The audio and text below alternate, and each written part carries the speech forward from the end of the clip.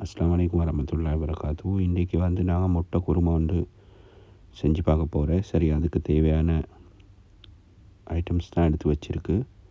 அதோட ஒரு ஃபேனில் ஆயில் ஊற்றி வச்சுருக்கு.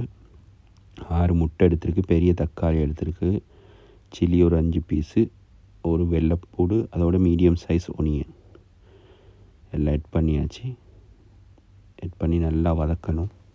ப்ரௌன் கலர் வர மாதிரி நல்லா வதக்கணும்.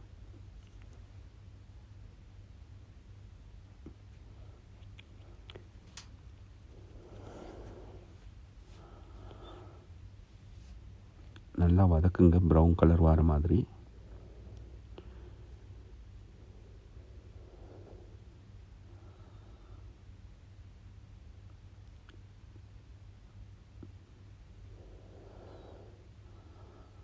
நல்லா வதக்குங்க. பாருங்கள், பார்த்தா விலங்கும் உங்களுக்கு ப்ரௌன் கலர் ஆகிட்டு வருது. அதோடு நம்ம கறி லீஃப் கொஞ்சம் எட் பண்ணிக்கொள்ளலாம். கறி லீஃப் எட் பண்ணினதுக்கப்புறம் நம்ம தேவையான மசாலா எட் பண்ண போகிறோம். சரியா? அதுக்கு தேவையான கொத்தமல்லி, சில்லி, சோல்ட், மஞ்சத்தூள் எடுத்தாச்சு. அதை எட் பண்ணி நல்லா மிக்ஸ் பண்ணிக்கோங்க.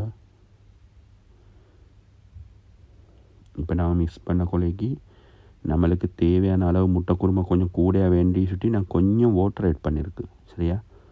ஒரு 1/2 கப் மாதிரி வாட்டர் எட் பண்ணியாச்சு. இப்போ நம்ம முட்டை எட் பண்ண போகிறோம். நம்ம உடைச்சி வச்சுருக்கிற 6 முட்டை எட் பண்ணியாச்சு. எட் பண்ணி நல்லா மிக்ஸ் பண்ணுங்கள். அதுக்கப்புறம் உங்களுக்கு பார்த்தா விலங்கும் எப்படி வந்திருக்குன்ட்டு. இது நல்லா இருக்கும். சப்பாத்தி, ரைஸ், அதோட ரொட்டி, அதோட சாப்பிட்ற ப்ரெட்டு, அதோட நல்லா இருக்கும். அவ்வளோ டைமும் எடுக்காது. மேக்ஸிமம் ஒரு 20 மினிட்ஸ் மாதிரி தான் எடுக்கும். சரியா? இப்போ நாம் ரைஸ் எடுத்துருக்கு. ரைஸோடு சாப்பிட போகிறோம். ரைஸ், தால், ரைஸ், அதோட முட்டைக்கறி. கட்டாயமாக எங்களோட சேனலை சப்ஸ்கிரைப் பண்ணி ஒரு சப்போர்ட் ஒன்று தாங்க. சரியா? கட்டாயமாக சப்ஸ்கிரைப் பண்ணுங்கள். சரியா? இன்ஷா அல்லாஹ் டைம் கிடைக்கிற மாதிரி வேறு ஏதாச்சும் ஒரு ரெசிபியோடு சந்திப்போம்.